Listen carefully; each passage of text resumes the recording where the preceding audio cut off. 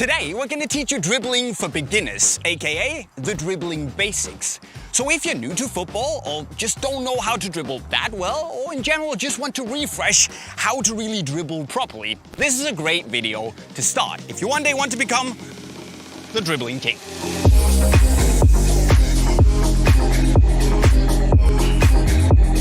Now, I know that we all just want to learn all the really cool skills and we want to learn them right now. But the thing is, guys, that you shouldn't start practicing those skills before you know and understand and master the basics of dribbling. So today, I want you to understand how to touch the ball, how to run, to use both feet, and then give you some drills to get started improving on your dribbling. So let's go. The first important thing to learn is your touch, where I want you to get used to using the outside of your foot. Now, long term, you're going to want to use both the inside and the outside of your foot to be a little bit more flexible. But to start with, I know that most people, when they begin, they use the inside of the foot to dribble. But that doesn't really work in terms of effectiveness. So use the outside of your foot, because to me, it feels a little bit more natural, and also it makes me faster and more agile because it naturally puts me on my toes, and that's important. Now, the other thing when it comes to touch is the control. So how far away from your body you push the ball. Obviously, you want to keep it close. Don't keep it right under your body because you might lose balance and fall over, but instead push it out just as far, so when you take your next step, you're basically going to run straight into the ball with your dribbling foot. So those 5-10 meter touches where you just sprint after it, forget those. Good dribbling is about balance and control. The next step is to take the right steps, pun intended. Now, I talked about balance and control, and the best way to achieve that is to run the right way. So here I want you to bend down your knees and go on your toes and really avoid to run with your heel flat on the ground. Because when you go on your toes, it makes you a bit more able to react. It makes you more agile, so you can change direction really quickly if you get challenged.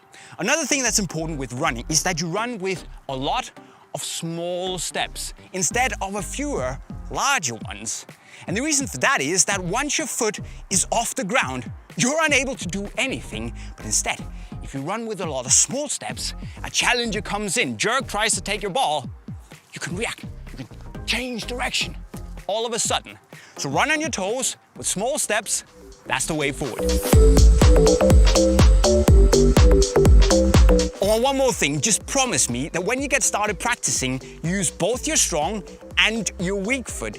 Because if you can use both feet, you can go both ways around the defender and they will have no clue on how to stop you. Huh? And when you do go out to practice, it's important that you start at a tempo that you can manage. And usually it tends to be a little slower than you actually think, because we want to give you the confidence that you have your balance and you have your control. And also, we want to make sure that you can focus on getting the right technique down. So here, I want you to start with doing drills that teaches you how to use both feet while changing direction. So you can start with 2 cones here that you go in between, switching the foot every time. You can also do this drill where you have a couple of cones, where you basically switch your foot every time you go through a cone to really prepare you for changing direction in a very, very small area.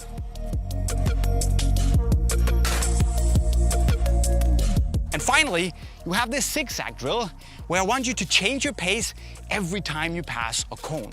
So slow, fast, slow, fast.